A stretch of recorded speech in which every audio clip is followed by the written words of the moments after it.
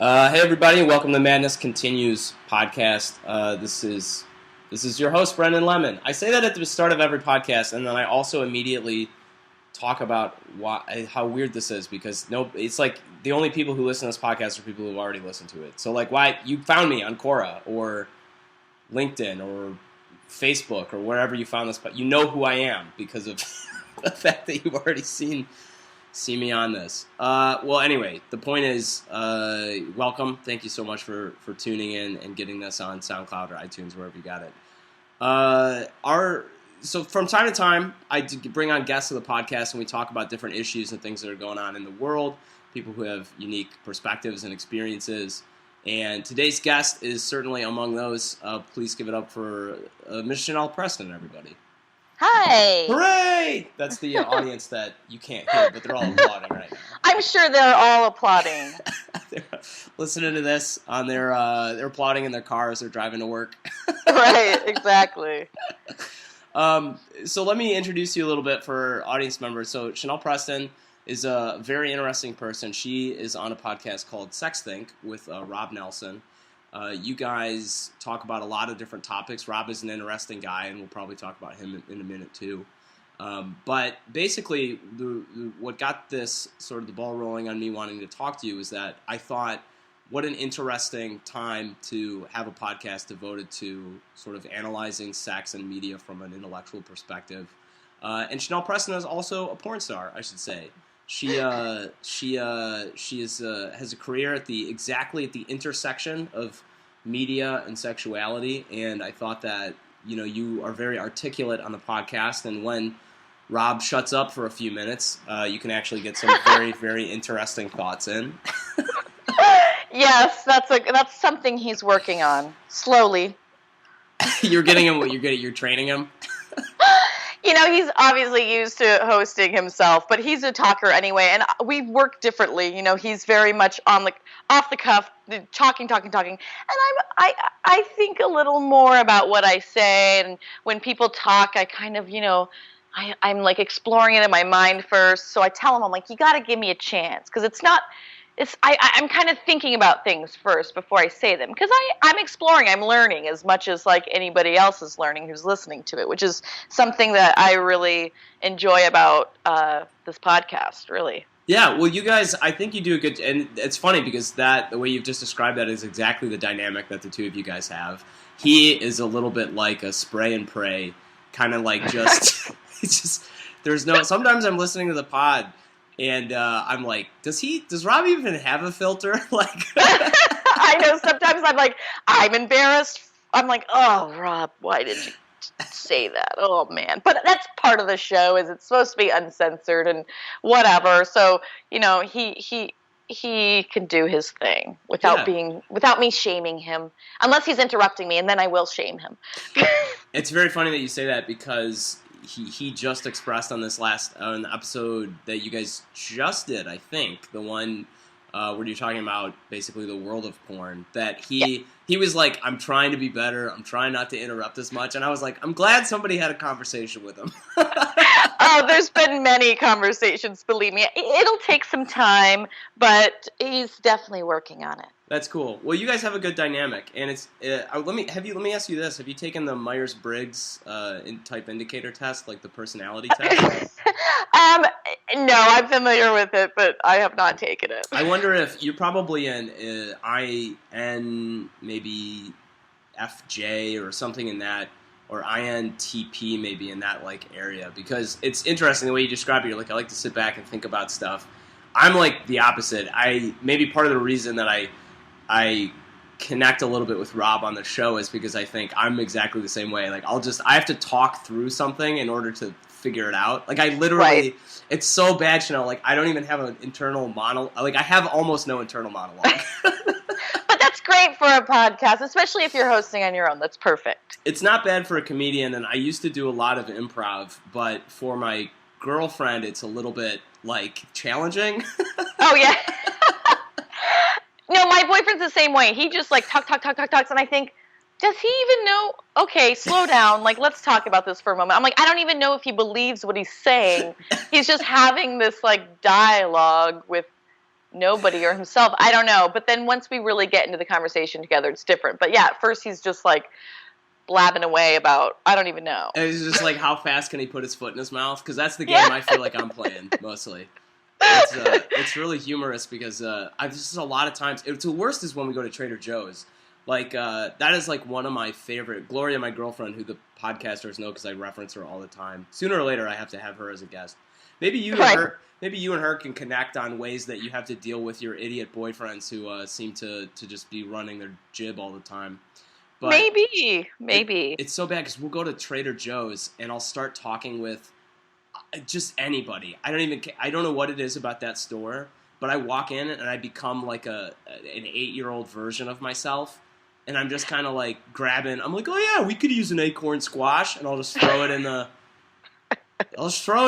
Basket, and then I'll start talking to people about just random people. I'll be like, what can you do with shishito peppers besides just fry them up? And some old lady's like, who are you?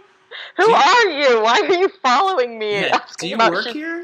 Like, it's just weird because one of the things that Rob referenced on, I think it was maybe the first or second episode of Sex Think that I listened to, was he was talking about how he's like, when you speak to a woman, if you're a man and you speak to a woman in public, it's almost automatically assumed that she's like, this guy's hitting on me. And it's so funny because a lot of times I feel like Gloria, my girlfriend, has to play like the safety, like the role of like, I'm making sure everyone in public knows Brendan's like not crazy because like he's got some social proof. He has a girlfriend. I'm right here. Like, yeah, and I wonder, I'm very different when I'm out and about. I feel like I don't really have that mentality of everyone who speaks to me is hitting on me, to a point where some people are like, yes, he's hitting you and hitting on you, and I'm like, hitting me. He's hitting you. God, I can't even not say it. Yeah. He's hitting on you, and I'm like, he is? Oh my God, I had no idea. I just thought he was being like kind of an oddball. So I'm like on the other end of the spectrum, and I wonder, I'm like, are guys all hitting on girls? I really don't know.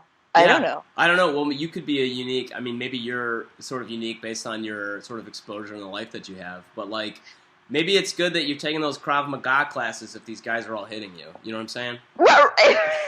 Yeah, they're just hitting me out of nowhere. That's funny. Yeah, I certainly hope that's not happening. That would be a real Me Too moment. Exactly. Like, I would definitely be able to relate then if that was happening, for sure. I could see a HuffPost article right now talking about, Chanel Preston hit at Trader Joe's, beats the shit out of her assailant. Yeah, but there's such different rules for people in porn. They'd almost be like, well, she was asking for it because of the video she did 2 years ago where a guy hit her and she was like, have sex with me. Like, I don't know. They'd try to spin it in some direction. Well, this is exactly, so this is why I wanted to have you on the pod and talk about this, because this is very fascinating to me that, like I said earlier, you kind of occupy this unique position because you're in porn. You have a lot of thoughts on sexuality, hence the podcast. They're informed because the thing, like I told you, before the pod we were talking, and I said that the thing that really inspired me to be like, oh man, I really want to connect with Chanel and talk about this was the fact that you referenced, Warren Farrell's The Myth of Male Power, which is a rather interesting book. And Warren Farrell, I should let the listeners know, is a sort of he's actually a classic second wave feminist, interestingly. Yes. And he was sort of influential in the 90s men's movement. And the book that he wrote is really a work of feminism. It's a fascinating book that if you were to look at it through the lens of sort of equality and the analysis of gender roles in society, you would conclude this is a work of, from the school of feminist thought. But the fascinating thing about it and why it's become a very controversial book is basically that, he's saying in The Myth of Male Power that because of the social situation that we live in, there's an assumption of male power in almost every situation. And that prompted me, I think I tweeted at you, actually, and I said that, what you were talking about on the pod was very relevant to what a feminist I really like named Laura Kipnis was talking about. And I would encourage everybody listening to the pod to go check her out. She's a very fascinating woman. She teaches in Chicago, actually, and I saw her give a talk downtown. And one of the things she references is that stuck in this wave of, third wave feminism, basically, we forget that there is a lot of different ways that people have and exercise power, and one of those ways is institutional sort of culture power, but another way is just sexual power that women can have over men, and in a lot of ways that men are, the assumption of male power is actually detrimental to men and women getting along or reaching some kind of harmonious sort of social space that I think we want to all exist in. So I was really impressed when you referenced it, because I was like, holy shit, she's done her homework. And I would be interested, I guess, to get into the space. I can tell I'm already talking too much on this podcast.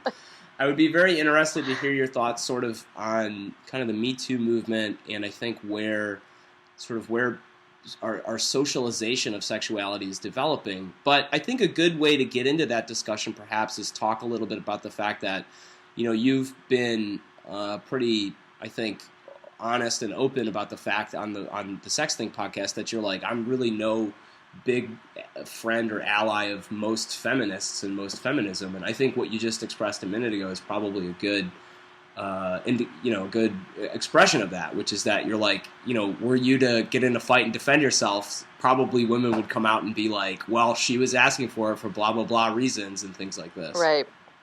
Right. And, I've had an interesting relationship with feminism, I always say, because as a performer in pornography, people always... A performer, if you will. A porn performer. I feel weird saying porn star because people are like, who the heck is she? There? They're like, who is this girl? And can you hear me? Oh, wait, I can hear you. Sorry. There's I was having some issues with my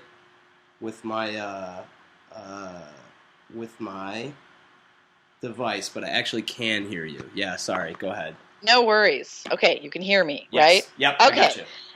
So I have an interesting relationship with feminism because being in porn, I often get interviewed, and I'm always asked the question of, are you a feminist? And I think to myself, I don't think other people get asked that question as often as I get asked. I'm sure if I was like an attorney with this respectable job, nobody would ever say, are you a feminist? Oh, man, that's such a good point. Yeah. Unless they were representing men who maybe it would be perceived that they were like not feminist or something. But anyway, which I get is, asked I think, the perception of all men lately. Right, I guess you're right. Yeah, you're right.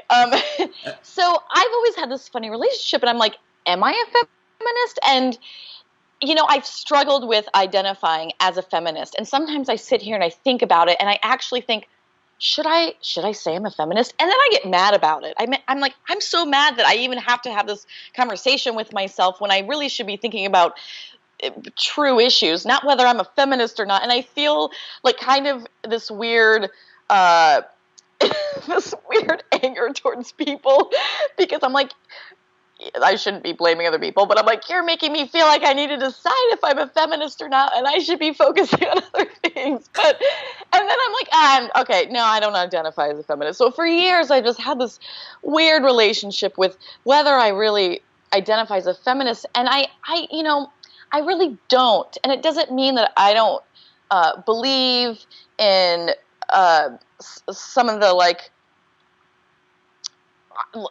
the feminist ideals and things like that. It's just I've never felt the need to actually identify as a feminist. I feel like it's never really bolstered me in any way or benefited me in any way to say I'm a feminist. Because I also believe, and part of it was like my journey through reaching myth of the male power was I was trying to read about varying perspectives of like gender power. And that's when I came upon this book because I was like, well, it can't be that, the primary narrative right now is that there's this patriarchy and women are oppressed and things like that. But then I was like, well, it can't be that simple. Let's get into the complexities of it. And that's when I came on to this book, Myth of the Male Power. And I actually read it right after I read a book called Myth of the Female Masochist, I think. Interesting. Yeah, and they don't.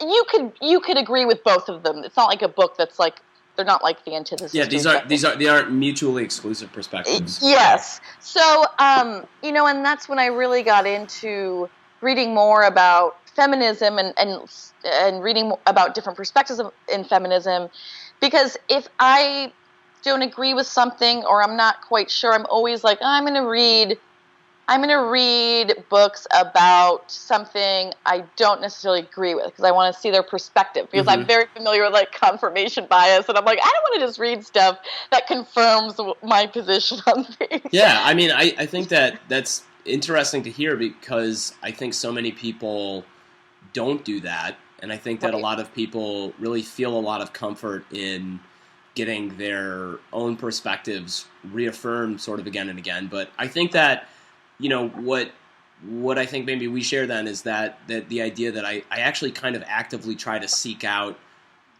you know, what's the word I'm looking for? Like feelings that are slightly discomforting, and that exactly lines up with, you know, me looking to find perspectives I disagree with, and it's why I end up, you know, a lot of my podcasts, not so much in the last probably few months, but really prior to that, I was very interested in finding people I disagreed with, and we could kind of hash out the disagreement on the podcast. Right. Which was pretty interesting. But one of the things I wanted to respond to that you were saying is that you're asked a lot if you're a feminist. I think that is fascinating, because for exactly the reason you put forward, that if you were a surgeon, would somebody be like, are you a feminist in your surgery? No, I'm a fucking surgeon, and I'm concerned about trying to make sure that people live through my goddamn surgeries. Like, how does I treat everyone the same? How the hell is this relevant to, you know, anything I do in my life? It's fascinating to me, because I don't understand why that's so important either. I guess I don't know why that's important to the people asking the question, but... Well, I have a theory. Yeah, go ahead. I'd love to hear it. And I feel like partly, especially with women, I mean, obviously they want to know because I'm portraying a very unfeminist sort of dynamic between men and women generally. So there's that. See, that's true, but it's interesting because, and I'm sorry, not to pull a Rob Nelson here and interrupt you, but...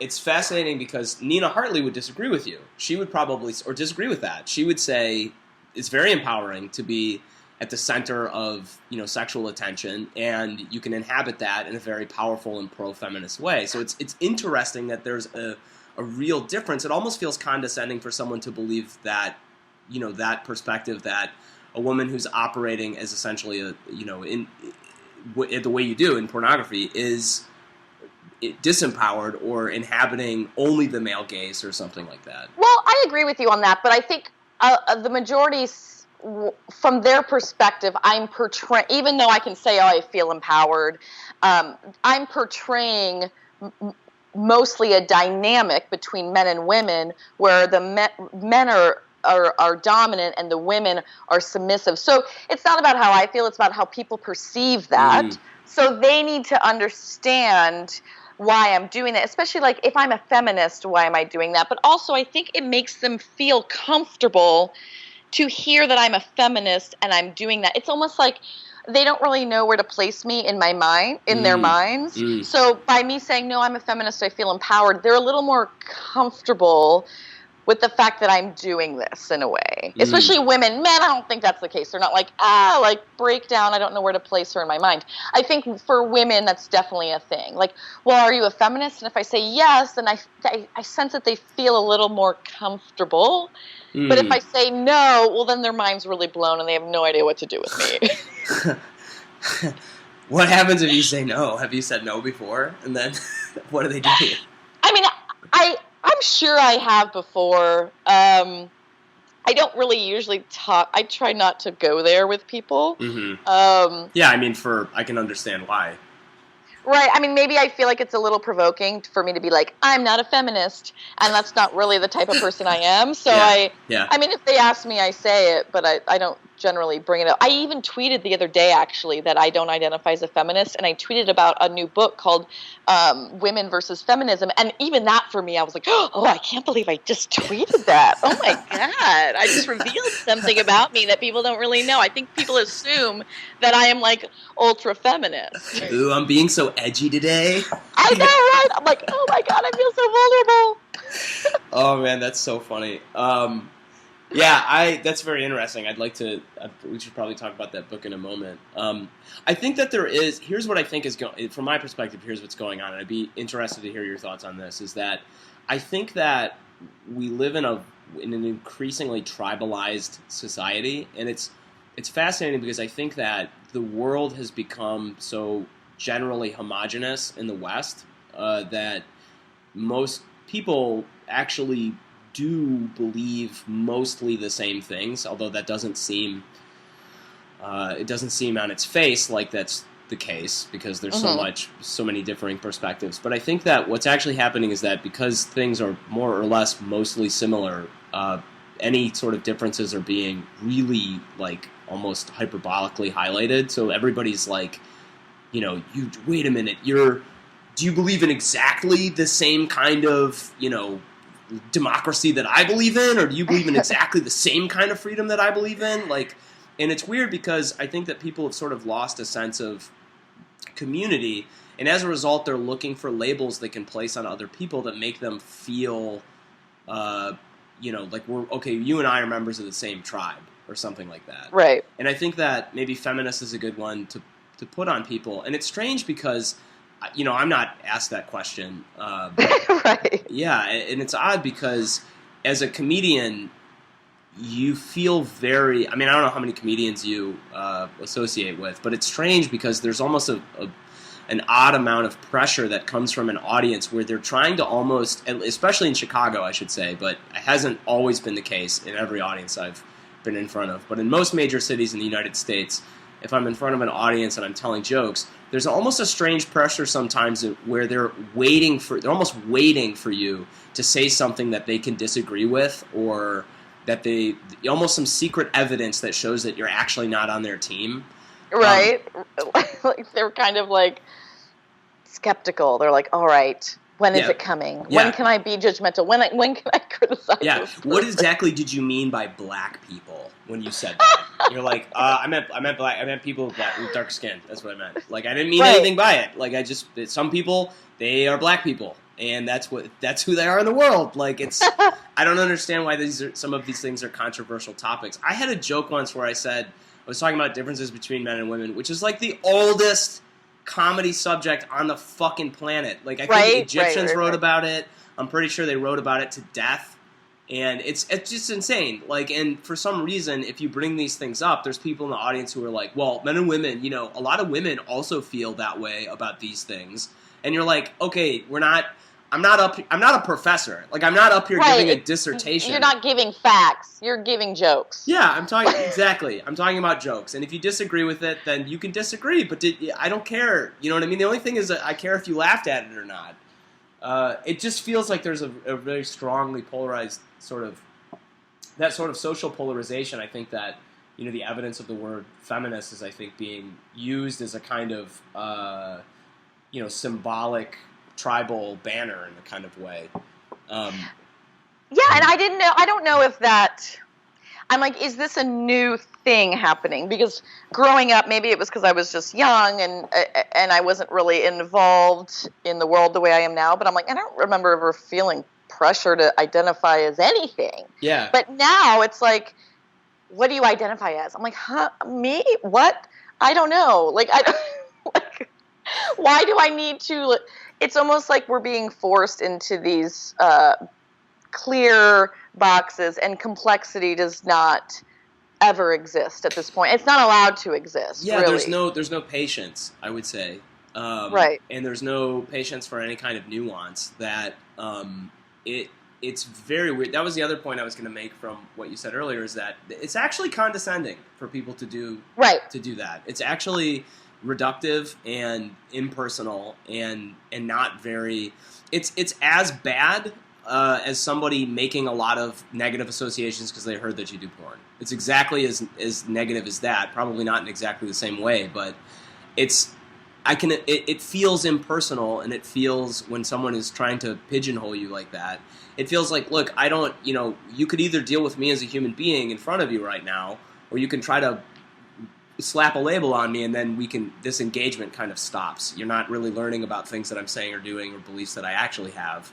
you're just reacting to your preconceived notion of what the label feminist means? I think a big part of what kind of perpetuates that sort of interaction with people, like what you were just saying, how they're not very tolerant, they're very like pigeonhole people, they're just sort of like out there to criticize or whatever. I think a big, and I know this is really cliche, but a big part of it is social media. I really think it is because, social media was really marketed and still is today to be like, this is your platform, this is your voice, you have a voice, and that's really what it's about. Nobody ever markets it as interact with other people and learn about the world or engage with people in a mindful way. Like that's such boring marketing. Nobody would do that. So I feel like people use social media to kind of do everything that you're saying, and that transfers over into real life a lot of times. It super does. Yeah. It would be, I can imagine it would be like the national public radio of social media, basically.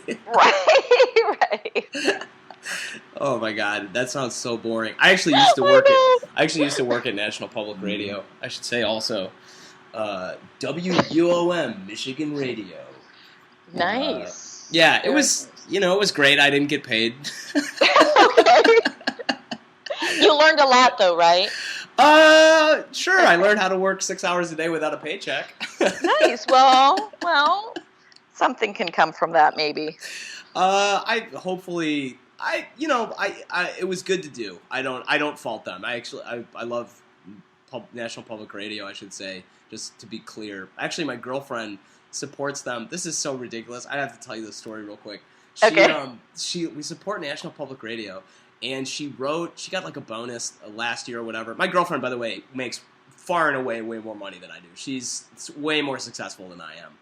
Okay. And, I mean, I do okay. I'm not worried about it. But, like, she's like a business analyst in telecom and, like, does real, real technical stuff that they reward her handsomely for. And she's very good at, like, she's very philanthropic and gives a lot of money away to charity, which is cool, and supports, different causes like Planned Parenthood. And one of those is National Public Radio. And she wrote him a check, and I don't know how much it was for, but apparently it was quite nice. It was a decent chunk of change for them. And they sent us as a thank you a hoodie that has like Chicago, Illinois Public Radio on it. And right. She keeps joking. She's like, "This hoodie cost me $2,000." Like, most expensive hoodie. Huh? Yeah, it's not even that nice. Well, they had to give you something, some sort of thank you. But maybe flowers might have been nicer. Yeah, I don't know. A hoodie. Man. Here's what's funny about my girlfriend too. She hates getting flowers. I hate flowers too. Do you? Oh, I hate flowers because I like things that are a little more practical, and I'm like, what am I supposed to do with these? They're going to die in a few days, maybe the next day, because I'm bad at taking care of flowers, and then I got to throw them away. It's just, I don't like it. Yeah, that's exactly how she feels about it. And she's like, these are literally the genitals of the flower or the plant, and you're cutting them off and giving them to me? Like, this is insane. Like, she legitimately, she said that to me before. And she's like, I don't want flowers for Valentine's Day. I don't want them. I don't think that, my girlfriend's an alien from another planet, by the way. That's so funny. That's what my boyfriend says about me. Really? Because I complain about all kinds of stuff. I'm like, I don't like getting cards. I don't want to celebrate Valentine's Day. I don't care about flowers. And he's like, you're an alien. Yeah, I'm actually writing a stand-up bit about it. Because I'm like, she just has these, she'll say this shit out of nowhere. Like, we have a very unique relationship. My girlfriend and I have talked about it on the podcast before. Like, we have what I call we're basically a non-monogamous, essentially. We are a non-monogamous couple, but we mostly spend time with one another and sometimes have relationships with other people. But, like, early in our relationship, we hadn't exactly defined what we were doing. And she kept being like, I'm fine. Like, I know what we're doing. I'm okay. And I'm like, this feels like a test. You're like, oh, my God, how do I interpret this situation? Yeah, exactly. And then it's like, it's so strange because I was like, kind of like, well, when we started getting serious, I'm like, well, what are your plans for the future? Like, do you want to have kids? Like, I think I might want to have kids one day. And she's like, I don't want to have kids. You can have kids. She's like, you can go have kids. I'll raise them. I don't care. And I'm like, what? Like, what do I? Wow. I'm like, I'm from the Midwest. Like, like. tradition, okay? Traditional. Yeah, how do I explain this to Gloria, I'm going to have to explain this to my grandparents. Right. I had an astrologist one time years ago tell me, you don't have to have a traditional relationship. And I was like, oh, thank God.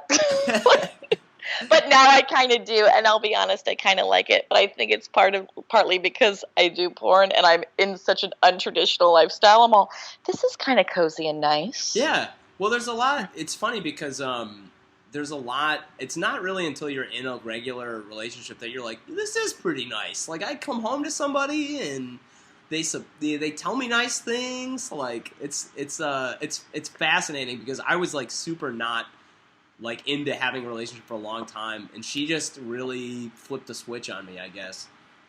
I guess you got to meet that right person. Or persons, whatever you want to do. Persons, yes, that's true. Well, here's what I wanted to. So that was a whole tangent. We'll edit that out. No, I'm just kidding. Here's what I wanted to talk about, though. Is so you, like I said before, you occupy a very unique space, sort of being at, I think, the center of sort of a lot of male attention and some female attention, I would say, probably. Mm-hmm. And you have a unique perspective because professionally you exist in that space. And I think it's interesting because the Me Too movement, I think, is important and I think mostly overdue, to be completely honest. And sort of the unstated theme of this podcast in the last few months has been sort of recounting all of these guys who have just been going down because of their, ridiculous behavior. And right. I was just curious, I guess, to hear your thoughts on kind of where you think a lot of this is coming from and what you think of it. And, I think maybe we could kind of start with your feelings there and kind of hash it out by going through a few cases if you're comfortable with that. I very similar to feminism, I feel like I have a strange relationship with the Me Too movement because on one hand I think, okay, this is long overdue and there probably are a lot of women who are going to benefit from this, like maybe the majority. I'm not really sure. But on the other hand, I don't particularly relate to the Me Too movement. Like it doesn't do anything for me personally. So, and a lot of it is based off of your own experiences because, I've seen women that are making these claims like, every woman deals with this and every woman hates this. And I'm like, well, do they? I don't think so because I know a lot of women who aren't relating to the Me Too movement in the same way. So I really think it's based off your own experiences with men in the world and your workplace and stuff like that. But I also feel like kind of what kind of propelled this whole movement forward, and maybe I'm wrong, was the entertainment industry, right? Mm-hmm. And I tell people, I'm like, the entertainment industry is atypical, I think. It's just so different from any other industry. And it bothers me that people are looking at what's happening in the entertainment industry and applying that to every industry. And I'm like, it's so different. I mean, this is an industry that just breeds misogyny, sexism, coercion, taking advantage of people. I mean, that is like what it lives and breathes off of. I'm gonna, and I don't think other industries are that way. So, I mean, even with the gender pay gap, there's a lot of actresses coming forward and going, I'm not gonna work with this company anymore because they didn't pay me the same or whatever. And I'm like, maybe I'm just very ignorant, but I feel like, again, the entertainment industry is atypical. And I want people to recognize that. So even though this might be a movement that was necessary, the entertainment industry itself is so different from other industries, and I don't want to relate it to every other industry, which I think people are easily doing because the entertainment industry is so out there and available for people to see. They're not really seeing what's happening in other industries. I think that's a good point. I can imagine, and I guess I kind of want to be clear about this. I can imagine that there are probably a lot of women who have to deal with unwanted or unsolicited, I think, probably sexual attention from men that manifests its whatever way that it does in their lives. I can completely believe that that's the case. I think having said that, I think I would agree with you that it feels like some of the rates that people talk about just seem nuts, and it feels like, especially in the entertainment industry, there are so many unique personalities that are drawn into that space who are seeking attention and have probably unmet, needs that have propelled them to want to go into that space, that those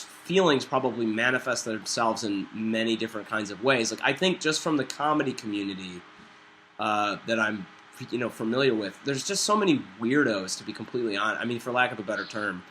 It's the same way in porn. I mean, people are drawn to porn, certain personality types and people with certain needs are drawn to the porn industry. Probably very similar to, like, the mainstream entertainment industry, and probably even comedy, I imagine. Man, I'm not surprised. I feel like this is cool because this is actually the first time I've, communicated, like, over the phone or talked with somebody in the world of porn, but I've been very fascinated with that world for a while, and I think that the world of porn and comedy have a lot of, like, the Venn diagrams, like, overlap a little bit.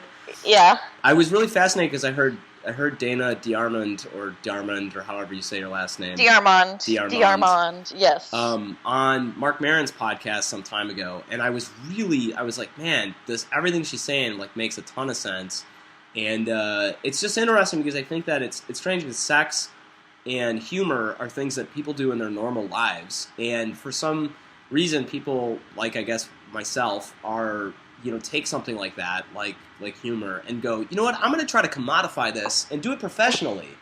And, like, it's almost weird because it's like, why would you do that? You know what I mean? I mean, especially, and in a lot of ways, it's even stranger, I think, than having sex on camera or something, because it's just, it's like, what kind of affirmation? Because I'm trying to do it live in front of... Right. It's kind of, in a weird way, they're both sort of coping mechanisms, like, because a lot of comedians going to make fun of themselves or self-deprecating, and it's a way for them to sort of express themselves.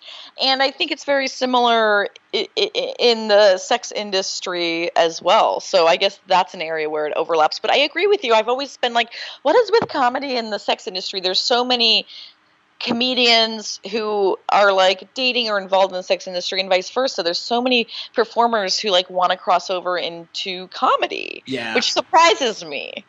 It's it a little bit surprises me, I guess, too. But I think you hit the nail on the head when you said it's a little bit of a coping mechanism. That is so true. I had Meredith Cachel, who's a comedian here in Chicago. She runs a very successful comedy show called Chicago Underground Comedy, which I was just at last night, actually. And she's a really very intelligent woman. She's doing a lot of really cool things with the comedy show itself and raising a lot of money. She raised 10 or 15K for the ACLU and Planned Parenthood last year, which was just really cool, and I want to give her a shout out for that as well. But we were talking, and one of the things that she said, because I said that, there's and actually, it would be really interesting to get your feedback on this. I said that, one of the things that she had been recently famous for here in Chicago was sort of talking about kind of the Me Too movement and how the comedy world has dealt with its own, in Chicago, has dealt with its own issues of predatory, men in the scene. And I'll relate this back to the coping mechanism thing in a second. But one of the things I asked her about in the podcast was, I was saying that, I think that a lot of men have there's a aspect to male sexuality that is aggressive and transgressive, and it's just there. And I think that men have to learn to have a relationship with it, if that's just how it is. And I know that, listening to, as strange as it sounds, the Harvey Weinstein recording of him trying to pick up that woman in the hallway, I was disgusted by it. And partially I was disgusted by it because I was like, I know somewhere inside of me I'm capable of the same thing, and that makes me feel really kind of sick. But she was like, wow, that's so cool that you acknowledge that. But one of the things she said in response is, she was like, I think that a lot of times some women respond to that feeling of threatening by trying to inhabit the inside of it and going like, no, I'm going to take control of this interaction. I'm going to be the one who's, pushing the pace of this sexual interaction, And when they do it as a defense mechanism or a coping mechanism, I think that's kind of fascinating, and I know that was maybe a lot of dots to draw a connection from. But I'd be interested to hear your thoughts about any of that, because I think that there's some truth to it. There absolutely is, and that's represented in the porn industry as well. And I don't think it's always, I don't say this, like, it's not always a very healthy thing, because a lot of performers get into the industry because they feel the need to take charge of their sexuality, because there was a time when they didn't feel in charge of their sexuality, whether it's because they've been assaulted or raped or whatever. They're using that to say, I'm in charge of my sexuality, I decide what goes down. But they're very fragile people generally, and just one wrong thing on set can make them feel very vulnerable, and it's not actually that empowering for them. And I'm not saying it's a case for everyone. I know a lot of performers who have gotten in and it's really changed their life for the better. They just have a completely different relationship with their sexuality in a better way. But a lot of times it makes them very fragile, because they're walking this, they're kind of walking on eggshells. They're like, I'm empowered, but that one little comment or that one little word will make them kind of fall off and feel disempowered, like, extremely disempowered. And so it's interesting, because we're always kind of trying to play that control dynamic with sexuality. And I think part of it is that we really struggle to navigate sexuality in general.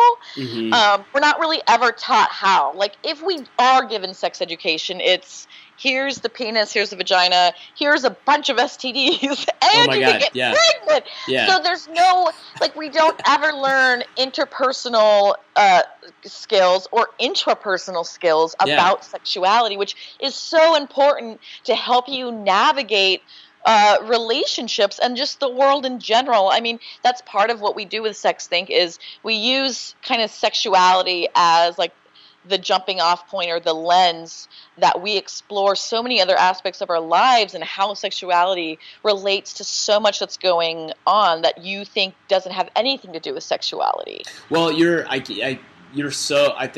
just everything you said, I think you're so on the money, because it's fascinating to me. That's one of the points I made, I think, to Meredith when I had her on the podcast, is I was like, the problem here is that nobody really teaches men how to do any of this. And it's very confusing, because a lot of what we do have are only bad examples, and those come from stories from other dudes who are I'm so glad that you say this, because in the book, Myth of Male Power, he talks about that. He says, the men are expected to be the aggressors or the pursuers, or however you want. Like, they're socialized to pursue women, and women are socialized to be pursued. But no one ever teaches men how to pursue women. So you can see where there'd be a lot of confusion or really poor choices made on the part of men. And I'm not saying men shouldn't be responsible for their actions. They absolutely should. Yeah. But I think it's important to point out that, like, men are really not ever taught how to be the pursuer. Like, what is the right way to pursue a woman? If they're never taught, and we're never taught about sexuality or communication, that's just asking for failure constantly. Yeah, and that's the part that I think is, unstated in a lot of these, like, kind of articles. And I think the Aziz article is a maybe an example of this, which is that there's this strange level of, like, you have to be transgressive, because I think that and this is treading into maybe controversial territory, but I think that most women are attracted, I think, to men who are competent, and a lot of competency has to come with confidence and power, and the assumption of power, which I think a lot of men are rewarded for outside of even sexuality. If you assume responsibility and you assume power, you are rewarded typically. I mean, that's how people get promoted at work. That's why people are promoted in the military. We take political representatives who take responsibility for things and then decide to put those things in order.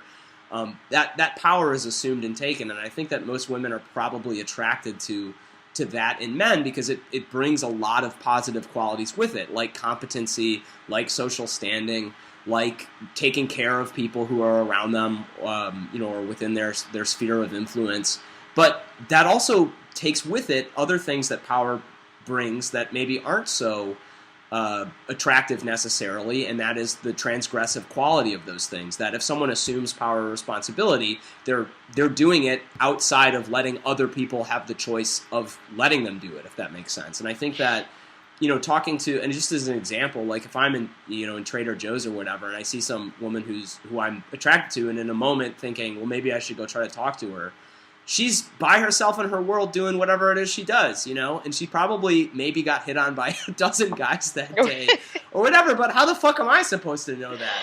And like, women don't walk around in the world necessarily with a sign that says, hey, I'm available and you can talk to me. And right. I'm open to hearing from men. And if they did, they would receive so much attention from dudes who they probably didn't want to talk to that they would immediately be like, I'm done with this. Like, yeah, it's a weird world to navigate. And also with the power thing, and I've kind of explored this myself, but I'm like, sexuality is often how men abuse their power. Oh, yeah. And I'm like, well, how do women abuse their power? Is it necessarily a sex thing, or is it just a power thing? And that happens to be where men abuse their power. Whereas I'm like, well, where are men? How do women abuse their power? And why aren't we addressing that? Well, because it doesn't have to do with sex, and we apply different rules to sex all the time. But I'm just curious to know either, and maybe women are abusing their power through sexuality, but as you know, men aren't the ones coming forward being like, I was abused sexually. Yeah, well, because that is a social indicator of a lack of power, which, yes. were you to display it, it's not the same as vulnerability. That's saying I'm not competent and I'm yes. screwed up here, and it's exactly the thing that any man would want to hide. Exactly. Yeah. I mean, and they're socialized to do that from the beginning. And so I think people really need to consider that it's not like a man versus women thing, which really bothers me about the Me Too movement. It's really about like socialization and kind of addressing the antecedents to what's happening now, whereas oftentimes we don't do that. We kind of go, this is happening, it needs to stop. And it's like, okay, well, let's get a little creative and understand why it's even gotten to this point in the first place. But people aren't willing to really think about it that hard. They want like an answer right now, and they want it to change right now, and they want it to shift right now. But they're not really willing to explore why we're even here in the first place. Yeah, you're summing up all of this, I think, so well. Like there was, as you were talking, I was trying to come up with. I had two examples that I wanted to talk about. But I think the greater point that you're making is just that there's this lack of, I think, patience or willingness to maybe look into the nuance of how this works out. Oh, I remember what I was going to say. Laura Kipnis, this is fascinating, and this is why I thought she would be a good guest for your podcast. She was involved in a Title IX. I mean, this is all public. She was involved in a Title IX case at, I think, Northwestern in Chicago. I'm not really sure, but her Title IX case was fascinating because the situation involved a professor that was not her and one of his graduate students, and they had, I guess, been dating. And then had, broken up, or who knows what happened. And then the student brought him up on Title IX charges, saying that he abused his position in order to pursue the relationship. And the second half of that was that because Laura was a friend of this guy and he had confided in her about it, she then wrote an article about not naming any of the parties involved, but basically describing the situation and talking about how she thought it was a little ridiculous for him to be brought up. Students and teachers, is particularly at the time she was going to, meaning Laura Kipnis was going to college, dated all the time. And, right. This is an adult woman who can make her own decisions, and she could have decided not to date this guy, and it was a little ridiculous that she thought it was, he had been brought up. Well, the next thing she knows, she's hit with a Title IX claim. But this is all background. The point is that, when I saw her give a talk, one of the things that she mentioned is she's like, look, I know the two people involved in this situation, and I can tell you that this woman had way more power over this guy in the situation. She was young and attractive and could, based on my knowing their relationship, could have gotten him to do almost anything. Right. And it's strange because there's no there's almost no social recognition that that's actually the case. Like a lot of comedians who I know have this, talk about that they're like, it's I say one wrong thing to somebody at work and I'm fired and there's a lawsuit, but like I date a woman and she fucks my entire life up. Like where's my, reparations for this? No, it's true, and like the book I was telling you about earlier, Women vs. Feminism. Her name is Joanna Williams, and she talks a lot about, and there's a lot of other women that I follow who feel the same way, and how we're sort of like creating this what they call victim feminism. Yeah. How women are portrayed as like constantly being pursued, and they're never aggressive, they never do anything wrong, and whatever. And I'm like, I come from a world where I know a lot of really shitty women. I'm just gonna say it. I know it. It bothers me because what are their names? Because I might have dated a lot of them. Because people can go, oh well, there's a lot of shitty men, and everyone's like, yeah. There's also a lot of good men, yeah. But you can't say there's shitty women. Oh my God, you just can't say that. But there are so many horrible.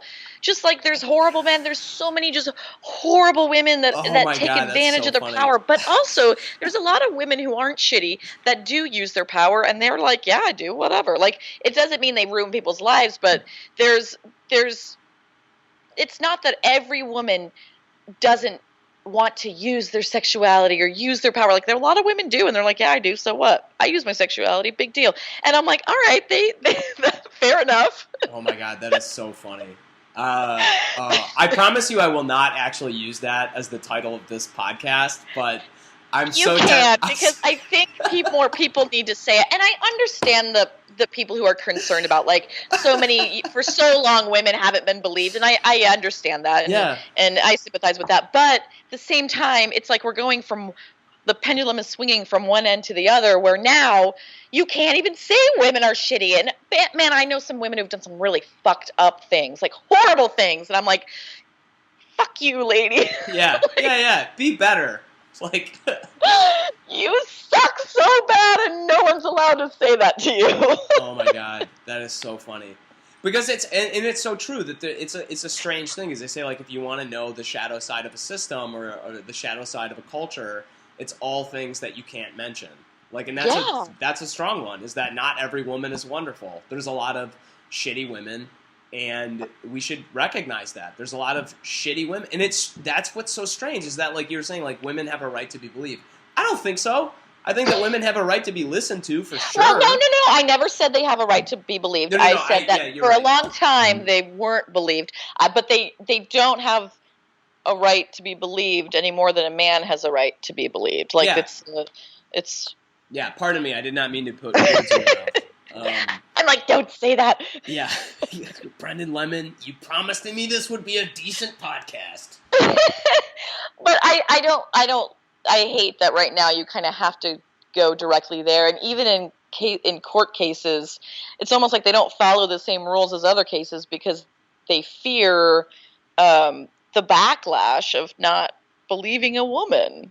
Yeah, a lot of these guys, what's fascinating is, like, I don't know if you're familiar with the Garrison Keillor sort of situation, or if you even know who that is, but he was the host of Prairie Home Companion on National Public Radio. We've actually, for a podcast, for talking mostly about sexuality with a professional porn star, we've talked about National Public Radio quite a lot on this we have. podcast so far. I like that, though. I like that. Yeah, well, it was interesting because Garrison Keillor was, recently fired from Minnesota Public Radio. He had already kind of retired, but he was fired from Minnesota Public Radio. They pulled all of his audio archives from the website. You can't get a Prairie Home Companion anymore.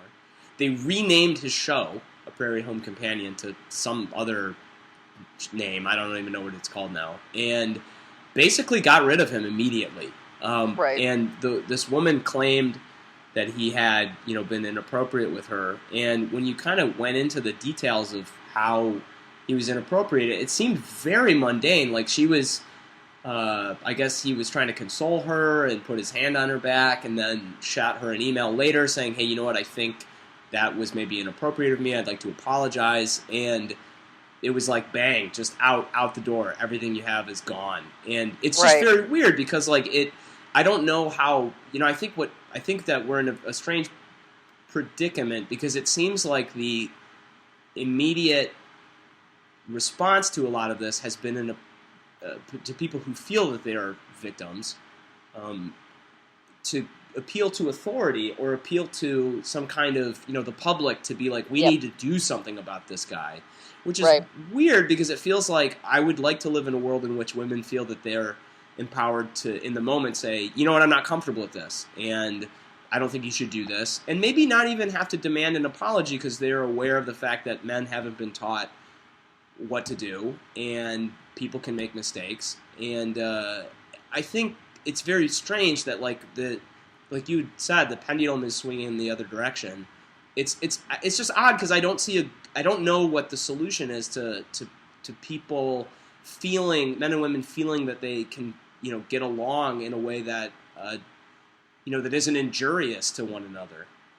It's tough right now, and I think maybe, some people are like, oh yeah, the pendulum's going to swing to this side fully, but then it's going to sort of, meet in the middle, and I'm like, is it, or are we causing major damage between the genders? Like, what are the implications of this? Like, is it just that easy? Like, all of a sudden we're going to be like, all right, whoo, that was kind of crazy, but now we're fine. Like, now we're all good.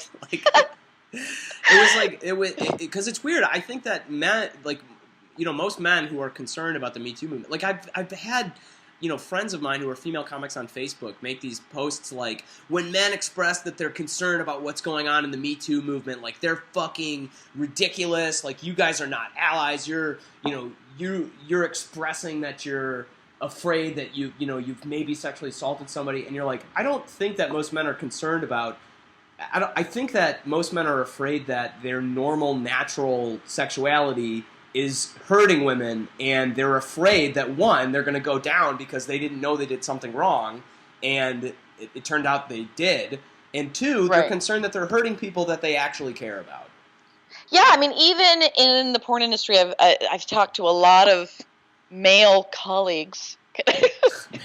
That seems okay. I've talked to other male performers, and they're like, you know what? I don't touch the girl until the director. Not that they should be like all over the girl without their consent, but like, sure. They're like, I don't even like go near the girl. I hardly talk to her until he says action, because they're like, I don't know what I'm allowed to do. And oh my god, this is such a good. Women criticize men for that, like, as if it's just so easy to know. Yeah. And obviously in some situations you can say, yeah, stupid. But a lot of the time it is nuanced, and especially on a sex set.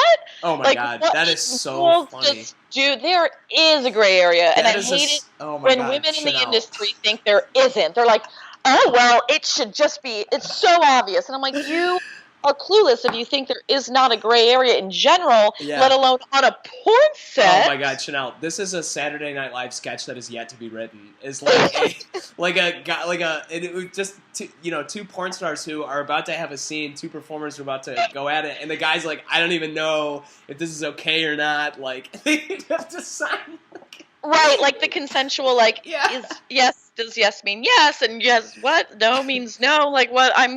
And they just have no idea how to navigate it, and because this thing with Aziz is like nuts, because I've got friends who are who are talking about this, and they're like, dude, it's like she never said no, like, but so now I'm supposed to be I'm supposed to get fifth dimensional consent from a woman, like, I don't even know how this works, like.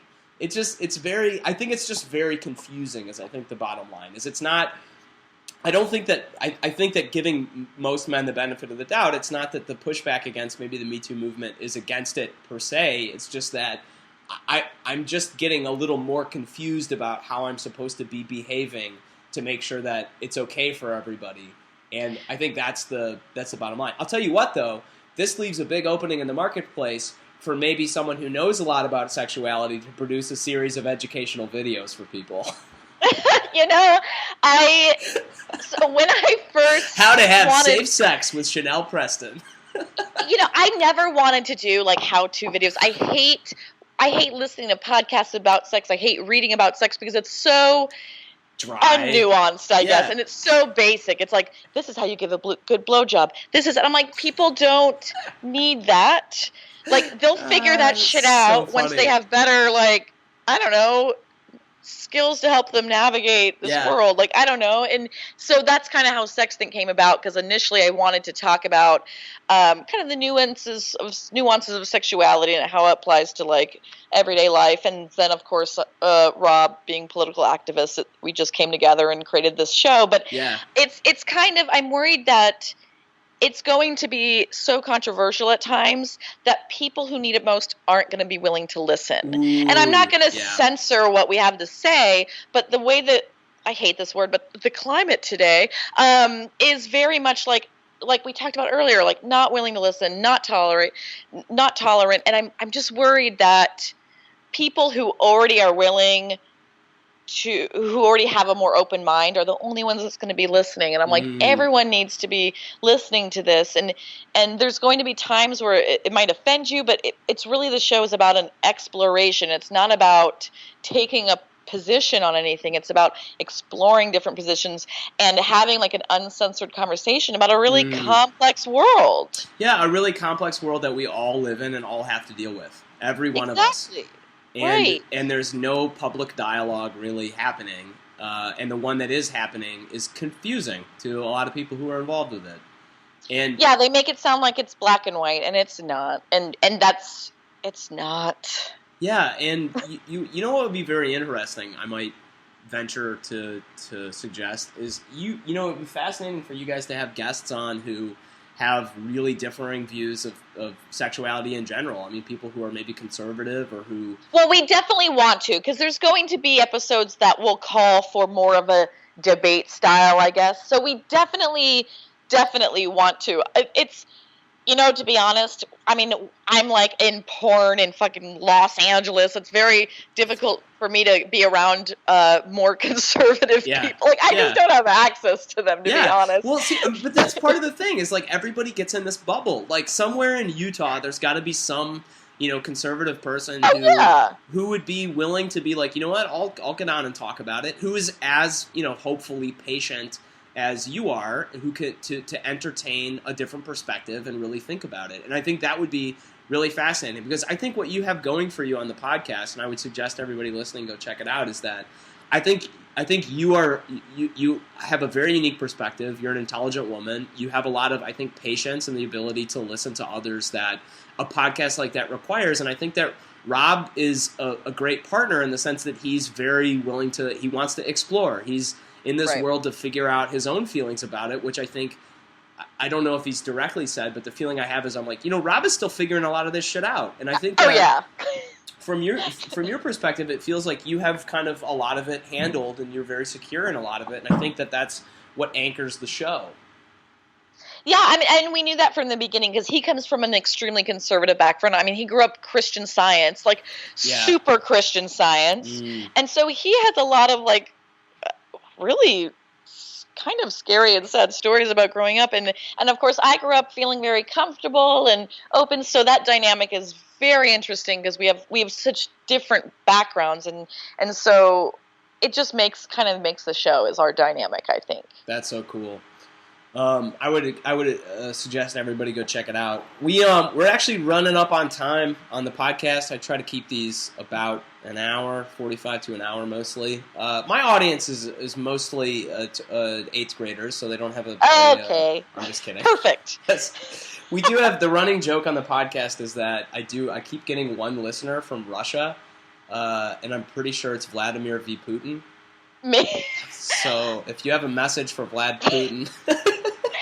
I just had someone follow me on Twitter that was like involved with Putin. I was like, hey, what's this guy doing following me? Oh my gosh. Some like millionaire, billionaire Russian that's like Russian oligarch. Yeah, and I'm like, oh, okay. You should just tweet at him and be like, hey man, so how did you influence the election?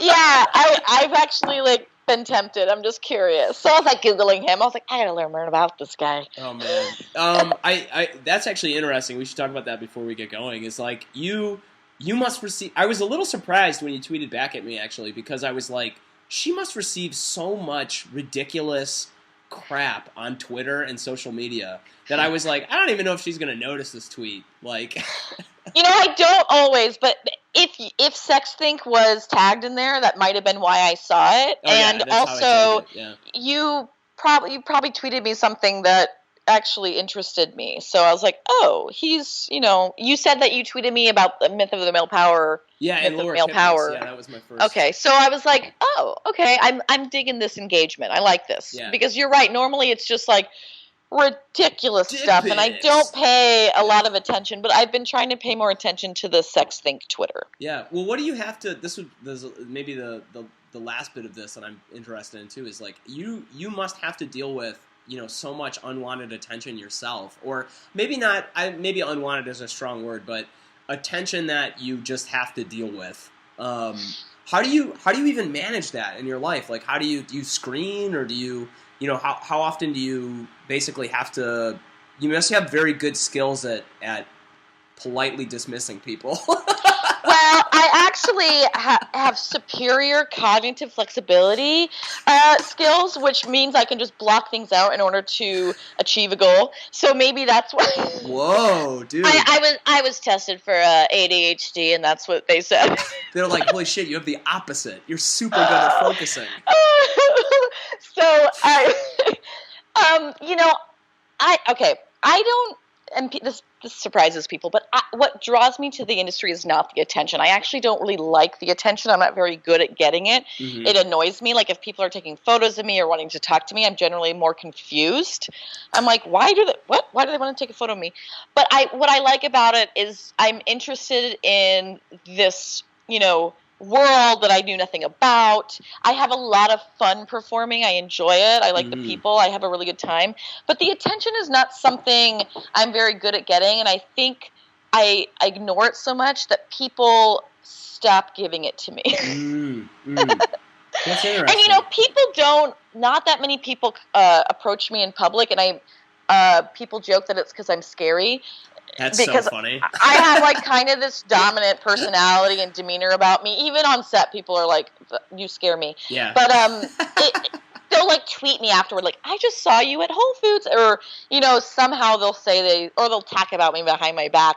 But they rarely approach me, so I don't really deal a lot with negative attention. And even people who are rude or messed up, say horrible things on Twitter, I don't engage with them. I don't even block them. I just ignore them. So I do get it, but not that often. So it doesn't really affect my life too terribly at this point. Well, it's interesting because they say that the most effective way to get rid of unwanted behavior in others is ignore it. Not even give it negative attention. I agree. It's fascinating that that's the truth. I try to remember that. This is going to sound so shitty. It's a good thing my girlfriend doesn't listen to this podcast. It's so shitty because anytime she's doing something that I'm like, I don't like this, I'm not even going to mention it to her. I'm just going to keep ignoring it. And I'm surprised at how well that's worked since we've moved in. Oh, yeah, because part of it, especially online, is the whole trolling aspect. They just like that engagement and attention, and so you just don't give it to them because then it's no fun. Yeah. It's no fun for them. Yeah, because that's shitty. They feel like they don't feel important because they're not important. Right. That's what they're trying to get. They're just trying to get a feeling of importance. Right. It's cool that you have that ability. It's interesting because I heard an interview with Houston once, and she said something similar. She was like, I'm actually kind of an introvert, and I'm actually not in the world of porn for attention. She's like, this is something I just connect with. And it's interesting because she ended up, I think, when she retired, she became a nurse, I think. Mm-hmm. And I was like, that is fascinating. If you were like in the hospital. Yeah, and you woke up in fucking Houston as your nurse, I'd be like, wait, did I die actually? Right, am I in heaven or hell? It's true though. I feel like I'm the same way. I don't do it for attention. I don't think that's common in the industry. I think people really feed off the attention and they like it. And it's the easiest way to get that much attention is to get into porn because there's no barrier to entry. You literally, for a woman, have to just spread your legs and you will get some sort of attention that makes you feel like you're a superstar. Well, in a strange way, I suppose maybe that's comforting. Like, Right. I mean, and it's fucked up to say this, but like I've in the past have been like, man, it'd be so great to be a porn star just for that attention. Like, I mean, Right. and that's why I'm doing comedy. Like, maybe that's part of the overlap. Is it's just, you know, you can be the focus of attention and it feels really good. Well, I'm starting to think that most people enjoy that, but I could be so wrong. That could just be because I'm in the entertainment world, but it feels like most people I'm around do get some sort of validation from getting attention that way. Or anyway, any attention. Yeah. Well, I think that we thrive on it, you know. And maybe that's part of the issue here is that, like, we live in a world, like I said, that the sort of unstated theme of this show is trying to deal with the future shock, which is just the idea that things are happening so quickly and so rapidly that you know, you can't adjust to them properly. And I think part of that future shock is just this being overwhelmed in the sea of social media, and you can't get any attention, and that's maybe why people feel so strongly like they need to get that attention. And I'm glad that I got some of your attention today. I feel very validated about it. Excellent. Well, thank you. I enjoyed the conversation. I'm glad you did. I was very afraid that I was like, man, what if we get on this podcast and I'm just fucking boring? Man, I worry that I'll be boring. No, I don't think so at all. I think that, yeah, you're very effervescent and engaging, and you know, maybe in the future, after more developments in the Me Too movement, we can have a round two and sort of hear your thoughts on how things have changed publicly as well. Absolutely, I am down. Okay, cool. Well, where should people check you out? We mentioned the Sex Think podcast. We know that Chanel doesn't respond to people on Twitter because she just mentioned it. Unless you tag Sex Think and have something interesting to say. So don't just, say how much you like my boobs and tag Sex Think. But you can find me on Twitter at Chanel Preston. The Sex Think show is at Sex Think Show. We're on Twitter. We're on YouTube, Stitcher, Google Play. You can find us at sexthinkshow.com. So there's a few options for people. You guys need to make some Sex Think merch, like just T-shirts that have the logo on it, or hats or something. Well, our last episode we made T-shirts for ourselves. If you notice, we're both wearing Sex Think shirts, but we do want to do merchandise eventually. But we're still very new. You guys are only a few episodes in still, right? Yeah, I think only 4. Yeah, I'm glad I caught it early, because I was like, man, this is pretty cool. What's your listenership must be pretty good though. It is, but that's kind of what I was talking about earlier. Is I worry that sometimes the people who need it most aren't going to watch it. But I really like engaging with the people who listen to us, because it helps reinforce that there are normal people out there. Yeah, there are. That's the takeaway from this podcast. One, some women are shitty. Yes, exactly. And number 2, there are normal people out there. Yeah, they're just not the loudest, Yeah, well, I think that's the problem. Everybody, people who have the craziest opinions are the ones who look for the largest bullhorns. Yes, so, you're right. Well, thank you so much again for taking the time. I really appreciate it. People can get at you at the Sex Think and other places online.